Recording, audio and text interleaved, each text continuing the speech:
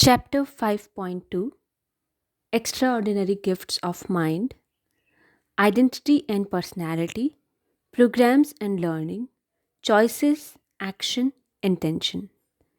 We have explored some basic capabilities of mind in part 1 of this topic. We continue onwards and explore some more of the extraordinary abilities and peculiarities a mind has. Sixth, identity and personality. Contents appear in the experience. They belong to no one. No one owns them. Yet the mind has a feature that takes many contents as strongly relating with an entity called the identity or a person or an individual. A person is the sum total of experiences, a large collection of knowledge in the mind, abstracted as a container or owner of those experiences and their structures. The person or the individual is thus nothing but a content, a structure in the mind. It is also experienced. Does a person has a mind or does the mind has a person? Very interesting question. There is no trace of any personality when a child is born, but the mind is fully present. It takes some time to develop a personality as the collection of experiences grows. Initially, the child does not even own a name. He has to be told and reminded often what he should answer when someone asks for his name. With more and more experiences, the mind learns to separate the experiences into two: I and not I, mine and not mine, etc. Structures are formed which are strongly related to other structures depending on the importance of those structures for the substance of the mind. More important a structure is for its substance, more is the I-ness. For example, the knowledge of one's name and one's gender gets strongly related to his all other experiences and is seen as I, the name of I, the male, etc. This I is a container of the contents, and the container is also a content, since the container I is also experienced. Of what use is this function? One might ask. It's a matter of convenience mostly. So instead of saying some huge collection of experiences caused a thought and the thought was converted to language and those words were converted by a body into sound, one can simply say, I said. The identity is simply a higher level of abstraction. It makes it convenient to have conversation and to deal with others. The others are another abstraction, a mere concept, an assumption that there is another mind out there which is similar to the one here, which is referred to as you. The you appear as a part of your physical world belonging mostly to the not I group, probably because both others and the word are not very strongly related to or are not owned by other experiences and they have a will of their own. The contents belonging to the physical world or other individuals do not seem to be under direct control of the mind. Where does the I end and the other starts? It is all very arbitrary and changes often. When the self is presented with this abstraction, it appears in many forms. As a self in its purest form, everything is disowned and there is no I, just the self which is witnessing. In the next level, it is presented as knowledge, where the I is now an abstract entity with such and such experiences. For example, when a thought appears, it is seen as related to many past experiences. The sum total of these experiences gets abstracted as the I, and the thought is added to it as a new experience and becomes my thought. This is just a structure, and so it is knowledge. One now knows the thought and that it is related to past experiences, a container of it, the I. In the next level, the abstracted entity also includes the body, where the body is presented as the I to the self. If there is a need to present the body as the I, for example, when describing an event related to body, I fell down, then the body is the I. However, when there is no such need, the body is seen as mine, my body, an entity owned by the I rather than I itself. It's a matter of convenience. The presentation, my body, simply shows a strong relation of the body to the owner, the I. And the relation is stronger like when the body acts as intended by the mind. The body becomes simply I. Same with the thought. They are sometimes seen as I. The I seems to slowly fade into not I as the contents leave the boundary of the body. They then become mine and then gradually not mine, where the relations are very weak and the contents seem to be behave independently of mind. However, some introspection will reveal that even the most intimate contents, such as thoughts, perceptions, and emotions, etc., are also independent in the sense. The mind has no control over them, they just appear. The job of the mind is to process them, arrange them into structure, and present them to the self. There is no I, there is no not I, and there is no actor or a doer separate from the mind. There are all structures erected for organizing the incoming experiences in a certain way, the human way. Of course, a non human mind may simply not produce an identity and may deal with the experiences in some other way. What can be those, and would some of them be better than the human way? That's your homework for today, food for thought. Since people are mostly preoccupied with actions and thoughts, emotions, etc., the body and mental environment is I for them, and that is what they mean when they say I. When you disown everything, cut off all relations in the mind, keep the knowledge aside, then you are the self.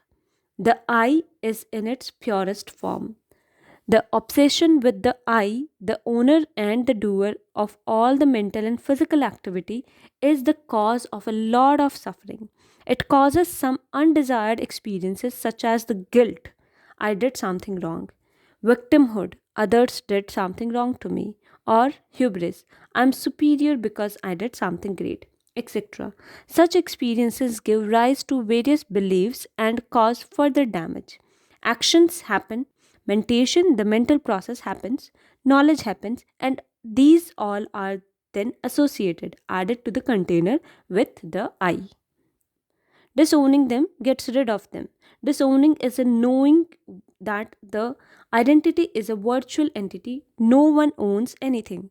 Identity is there to serve useful purposes and is not to be corrupted with association with negativity, which might give rise to negative actions and worsen the corruption. This sense of corrupted identity is unfortunately very common and is often known as the ego self or ego in short. Sometimes also known as the separate self, since people spend their entire lives identified with the person and their bodies, this may be tracked back to their experience that there are others with a body and a personality associated with it. The ignorant mind simply projects an other on its self. More on that later. It is vast and important subject directly connected to the suffering.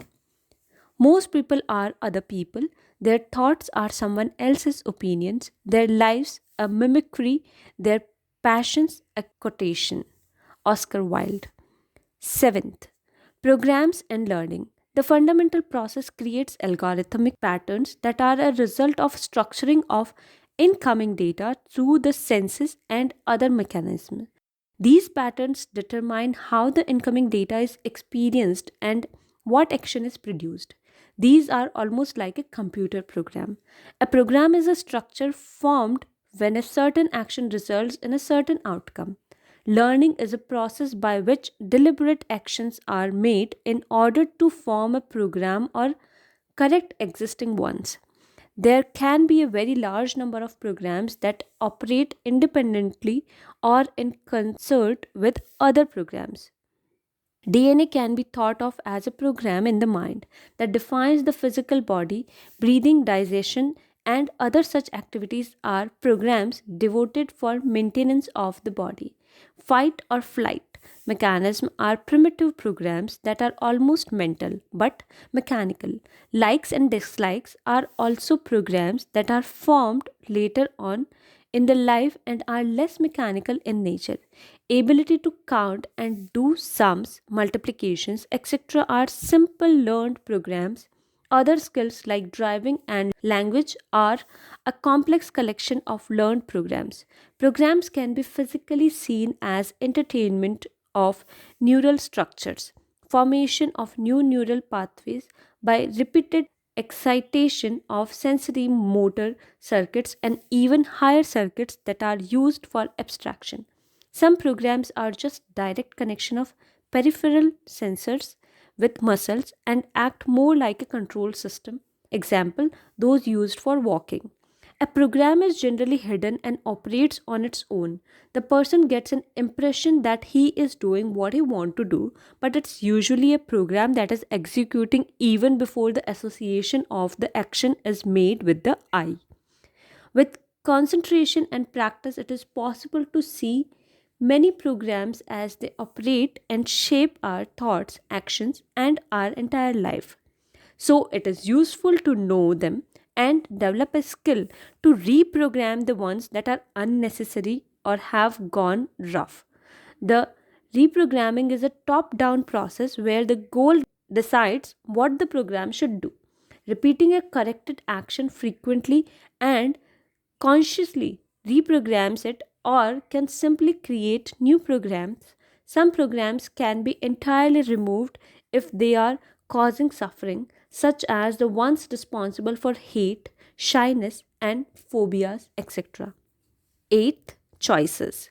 The mind has an ability to execute a certain program out of a set of programs. Whatever an input is presented that can trigger all those programs. The programs compete for execution and the fundamental process governs which of these will be executed ultimately. This process is known as making a choice. Usually, there are many programs and many options, so many choices can be made. However, the mind can act on only one choice at a time, the winning choice. The number of choices depends on the past experiences. More experience with a situation increases the number of choices available to deal with that situation. A rock has no choice. A plant has pre programmed choices hard coded in the genes. An animal usually has very few choices that reflect a limited set of programs formed out of very limited experiences. A human being has significantly more choice, however, still limited. A very intelligent person has more choices compared to a less intelligent person, again reflecting the amount of experience one has. The process of choosing gives an illusion of free will. No one does the choosing, it happens. The choice is later assigned to the I, giving it an owner, an identity. It is not possible to choose something that is not in your experience already. That should be obvious. So the free will is not free, it's limited. One is free to choose from an available set of options, and most of the time, that freedom is also taken away by solidified programs, habits, and tendencies. Less choices usually result in suffering, so it is desirable to increase their number. It is possible only by having more experiences. Not only that, those experiences must form proper programs so that the resulting actions are effective and reinforce the choice. Thus, it's a bad news that what you can choose is very limited and is determined by what experiences you had. The good news is that this situation can be improved via deliberate experimentation. There is no other way. Mostly people are under the delusion that they have an access to unlimited choice, or in other words they can do whatever they want. This is just ignorance and it leads to terrible suffering. Seeing our limitation is 50% of the solution. As soon as you become aware that you have a limited choice, a door is opened for you which leads to a path of freedom. It's a lifelong journey. More choices leads to more freedom and therefore more happiness. Choosing happens automatically without much control. A choice is usually made before the person becomes aware of it and owns it. There is just an illusion of a choice being made. This illusion probably arises from seeing others perform an action based on their choice, which, seen it is seen from the external perspective, appears to be a result of free will. One must see how choice operates not by observing others but oneself. Choices can be seen via some practice and introspection. There are a few methods which bring to light this mechanism. The key is to be aware of the various choices you have. This is the only thing that is in your control, to be aware of things happening in the mind. At any moment, you have a choice that either leads you closer to your spirit or further away from it. Thich Nhat Hanh. Choose consciously and deliberately, fully knowing what actions, consequences it can result in, and fully knowing that you cannot choose something you do not know. When you do not know what to choose, it is best to turn to the self and let the choice happen from there. For this to happen, one must surrender the choices one already has and should not force his own choice. The self, although having no qualities and no abilities to make a choice or execute a program, can still help the process by providing a refuge to the confused mind. When a choice is made from this level, it is not a mental process as the mind is out of the way. So, it is as good as not choosing. This choice is a result of experiencing and can be metaphorically said to be made by the presence itself. Or you can call it the higher will. What does it do? Will it make me achieve what I want without making a choice of my own? The answer is most probably no. It simply opens up for new experiences. It does not do anything else. It is the new experience that broadens your choice, nothing else. One must still choose. Actions won't happen magically, though they may appear to happen in the way sometimes. This leads us to the concept of grace, which is nothing but the positive result we may get if we surrender in certain situations that we clearly see are beyond our control and lie beyond the boundaries of our limited experiences. Excellence is never an accident. It is always the result of high intention, sincere effort, and intelligent execution. It represents the wise choice of many alternatives. Choice, not chance, determines your destiny. It is total. Ninth, action. The genetic memory creates a body with certain functionalities. These functions are there to interface with the physical world. We have already seen a major function, the perception. Another major function is the action. An action is a change brought about in the presence through the intervention of the mind. The self merely observes the change as it happens. The body has specialized organs that cause the changes in its surroundings. Traditionally, the actions are five: speaking, grasping, moving, reproducing, and eliminating, corresponding to the five organs of mouth, hands, legs, penis and vagina, and anus, while perception takes in the impressions from outside the body, actions produce impressions in outside world. One can simply say that the perceptions are the inputs and actions are the outputs of the computer called the mind. The body is suitable hardware built out of physical stuff for interfacing with physical world. There is no sharp dividing line between the body and the world. The physical stuff is just another collection of structures in the mind. How? It will require a full chapter to explain that. I will override the tradition as I usually do and trash the organs of actions mentioned above.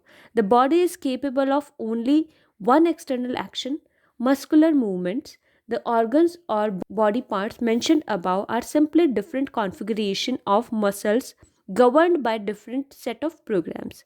For example, speaking is simply the movement of mouth and larynx, and elimination is movements of lower colon and sphincter. All nothing but a special tissue, muscle, a structure under control of mental structures called program. Hands and feet motions are more obvious muscular movements. Under this definition of organs of action, respiration, heartbeat, blinking, ocular movements, and giving birth, etc., is also included, which are again nothing but movements of muscles in different configurations. These are also acts and actually blur the boundary between external and bodily actions.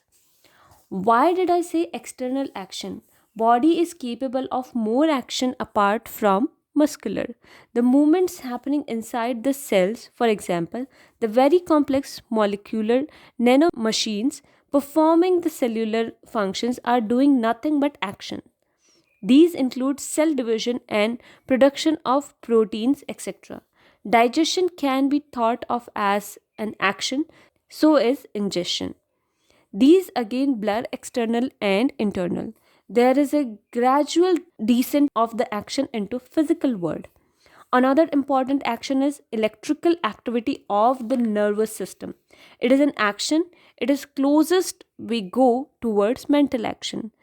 There is a very direct correlation between what we perceive as mental actions and electrical activities of various configuration of neurons and their networks. This should not be a surprise. They are all just structures in the mind after all. Another fascinating action of the mind is reproduction. The memory and programs of the DNA are transferred into a new body, birth, and evolution of a new mind begins. Mind copies itself, which is an essential trait of a fundamental process, as we have seen earlier. Structures that do not evolve and produce more structures, example, copies, do not last. Given the impermanent nature of experiencing, how does the mind do that? Isn't it the body copying itself? It is a can of worms. I will leave the question unanswered here, but I will just say that it is also an action. We can go on and on about the actions, the secretion of the chemicals such as hormones and whatnot. It is better to save time and club those actions as bodily actions. These are obviously automatic most of the time, but mental activity does surely influence bodily actions. We are left with internal actions, which, as things like intention, thoughts, and reasoning, etc., is perception and action too.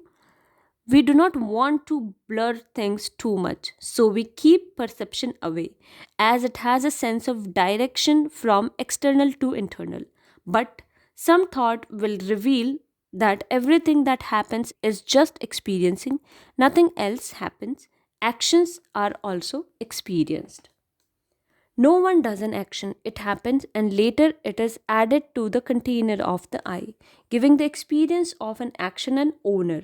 We do nothing and are capable of doing nothing.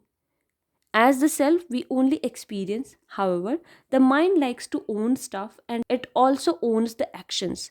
So there is at least something there to blame for everything that humans do. Else, we will face troubles in courts when sentencing someone for some inconvenient actions that happened.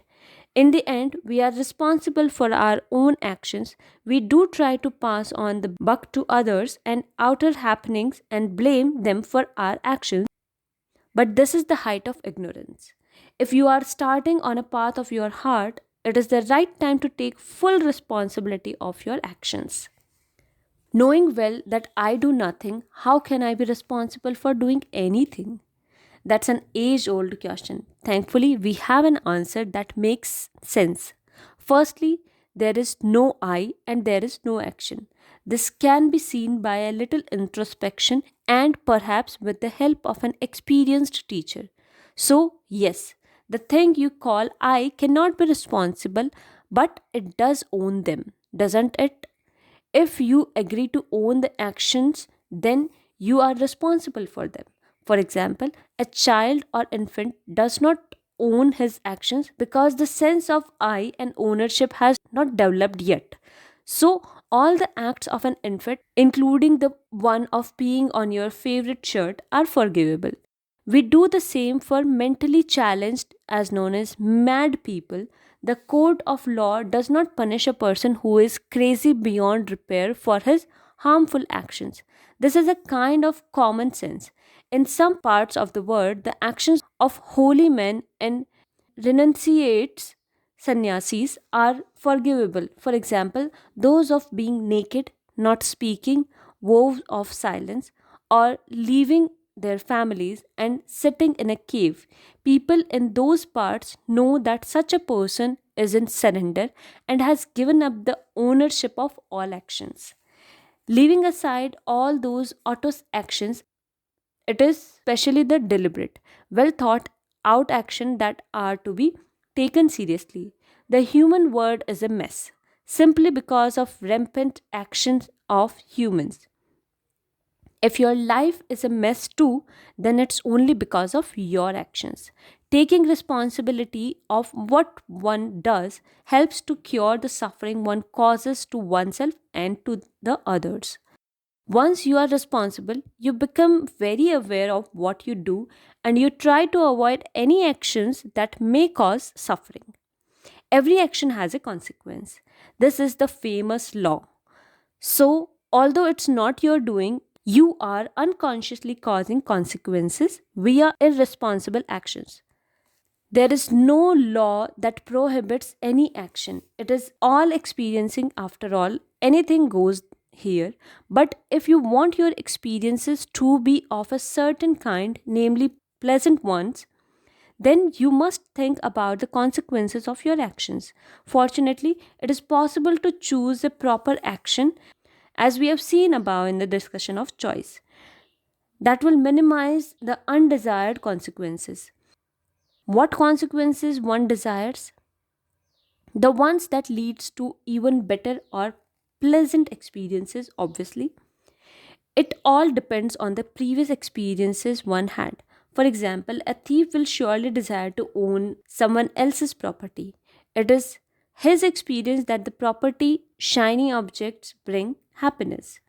However, the desire disappears when he is caught and imprisoned or probably beaten to death. So it's our experiences that determine our desires, as known as intentions. There is no other way to learn to produce better consequences. Acting consciously, utilizing our entire knowledge, even if limited, and doing so under all circumstances is the key to produce better experiences. 10. Intention. An intention is a germ for an action. It is seen as a very brief rehearsal of the action itself.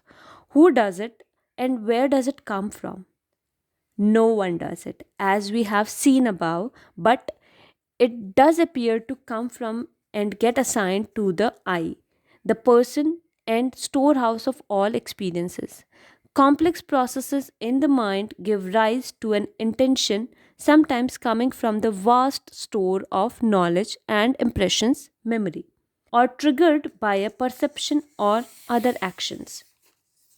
An intention is a very powerful thing. All human history, culture, and individual behaviors are a result of intentions. It's a powerful yet subtle. You don't even know what you intend to do before the action has already happened. It is an auto process most of the time. Intentions are somewhat like a perception of what is going to come. They are seed actions and can be observed easily as soon as one becomes aware of them. If you are hungry and see food somewhere, the intention of eating it appears. If you remember your enemy, the intention of killing him pops out of nowhere. When you see a child in danger, an intention to save him appears automatically. If you become aware of them, the intended actions can be halted or postponed, or better actions can be planned if time permits. Intentions are generated by the stored programs in the mind. At a given moment, many intentions are being generated, but most of them are filtered out, and the most relevant and important ones surface from the vast ocean of stored knowledge. An action is the result of allowing the intention to do its work. Most of the intentions result in action if the person is not trained to abort them. Often, the training is provided by the life experiences. For example, as soon as you know that you intend to approach a beautiful woman and you see her mate standing beside her, you abort your action quickly, since last time it resulted in painful experience of getting hit and losing your front teeth. Some people do learn from experiences of others and also by simulating a scenario inside their local virtual world model. But most need a real solid blow of experience to get useful knowledge. It takes some practice to become aware of various intentions that are perpetually appearing in the mind, and it takes a little more practice to learn to abort the actions they produce. Why is such practice even useful? Many actions, being a result of programs, are automatic and often unnecessary. If the action is repeated unconsciously and frequently, it becomes an impulse or habit. For example, if you can't stop eating even though you are overweight and do not need so much food, it is a result of the program. Feed the body, running like crazy. If one becomes aware of the seed of that action, one can abort it and can cause more positive outcomes. It is also possible to generate useful intentions to direct your life in a more positive direction. For example, replacing your intention to sleep or play by that of finishing your work can bring you the much needed money and can make your life more comfortable to allow more sleep and play later. Well, that is an example from my own experience. So, consciously made intentions are helpful in reducing the suffering. There are other entities that are akin to intention, such as impulses, desires, wants, wishes, and drives, etc. I would like to club all these into the word intention. Since these are not much different, you must have noticed that the only difference is the duration for which they last, with impulses being the shortest and drives being longest, often lifelong. Sometimes the word will is used for an intention. It's a cause of much confusion with everlasting debate about whether it exists. So I am intentionally avoiding that word. Yes, it exists as we see it here, but it is mostly automatic. A predetermined will, but it is also possible to override it and with less automated intentions that are a result of careful training directed towards happiness. The mind is limited and cannot do anything other than that for which it is programmed for, but the drive of the self towards happiness and bliss helps to direct the program. You can call it the higher will. If you see closely, an option is always presented for choosing a proper action from a set of actions that leads to more misery and those that lead to more happiness and freedom. The trick is to see this choice clearly and choose wisely. Unfortunately, our choice is a result of the programs and is often unconscious and automatic. So, how can I choose something that I don't even know I should choose?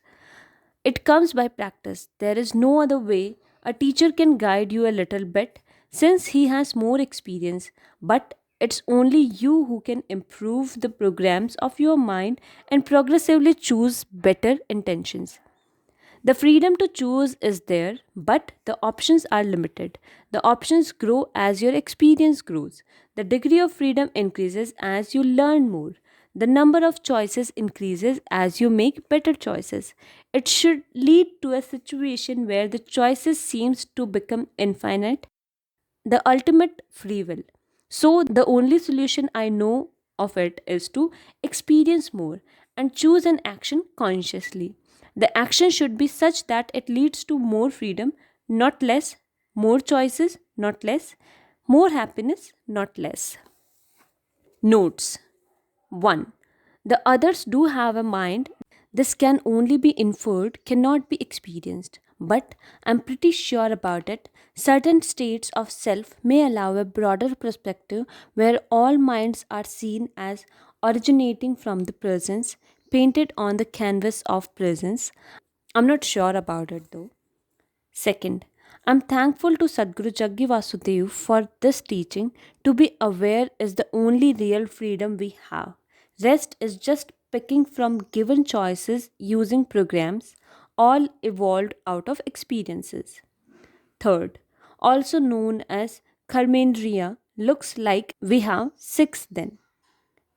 Fourth, the law of karma. We will discuss that in detail later. Fifth, the path of Karma Yoga as taught by Krishna. I'm grateful to him for the same. Thank you.